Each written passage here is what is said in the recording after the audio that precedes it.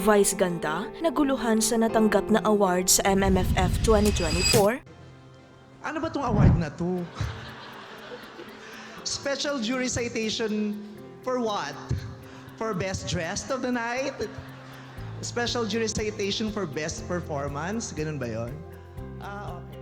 Viral ngayon sa social media ang naging speech ng unkabogable star na si Vice Ganda sa katatapos lang na Metro Manila Film Festival 2024, gabi ng parangal nitong Biyernes, December 27.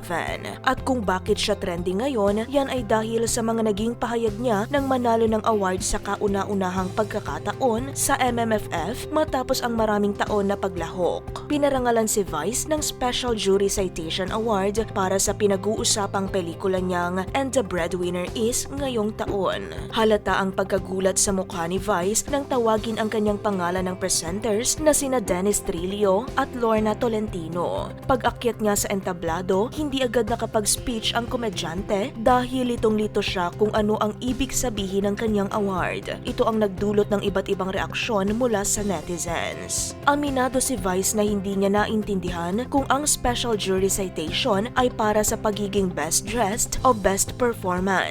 Kwento niya, bago pa man siya magtungo sa stage, natanong niya pa ang mga kasamahan kung ano ang kahulugan ng award. Ano ba tong award na to? Special Jury Citation for what? For Best Dressed of the Night? Special Jury Citation for Best Performance? Ganun ba yon? Saad ni Vice. Ang nakakatawang reaksyon na ito ay nagdala ng aliw sa mga kapwa-artista niyang dumalo sa event. Sa puntong ito, sumingit si Lorna at sinabing babasahin nila ni Dennis ang paliwanag ng award. Ipinaliwanag sa cue card na ang award ay para sa natatanging pagganap ni Vice sa pelikula, ngunit hindi ito nabasa bago siya tawagin. Matapos mabigyang linaw, buong pusong nagpasalamat si Vice dahil ito ang unang pagkakataon na nanalo siya ng award sa MMFF sa kabila ng pagiging bida niya sa maraming pelikula noong nakaraang mga taon. I have long been waiting for this. At last, I am seen. Hindi joke yun. Ani Vice. Marami naman ang napahanga sa speech ni Vice at sinasabi ng nakararami na tila ito ang one of the best speeches dahil bukod sa ng real talk si Vice Ganda, na ipakita niya rin ang kanyang wit, charm at katapangan sa mga binitiwan niyang salita. My God, hahabaan ko na. Kasi baka tong award na to, ibig sabihin hindi ako magbe-best actor. Baka ito yung mga award sa mga first runner-up. Yung baka sayang naman yung outfit. Sikat naman siya, paakyatin na natin siya for star value of the moment. Pasaring ni Vice. Sa huli, inalay niya ang award sa LGBTQIA+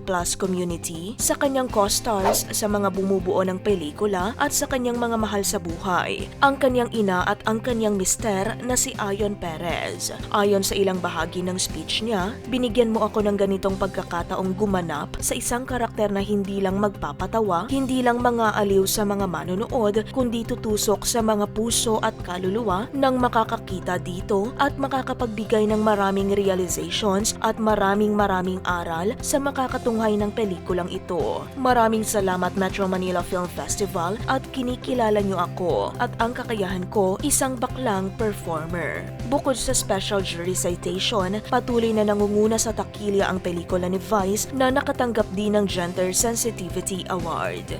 Ano ang masasabi mo sa naging reaksyon ni Vice Ganda sa natanggap niyang award?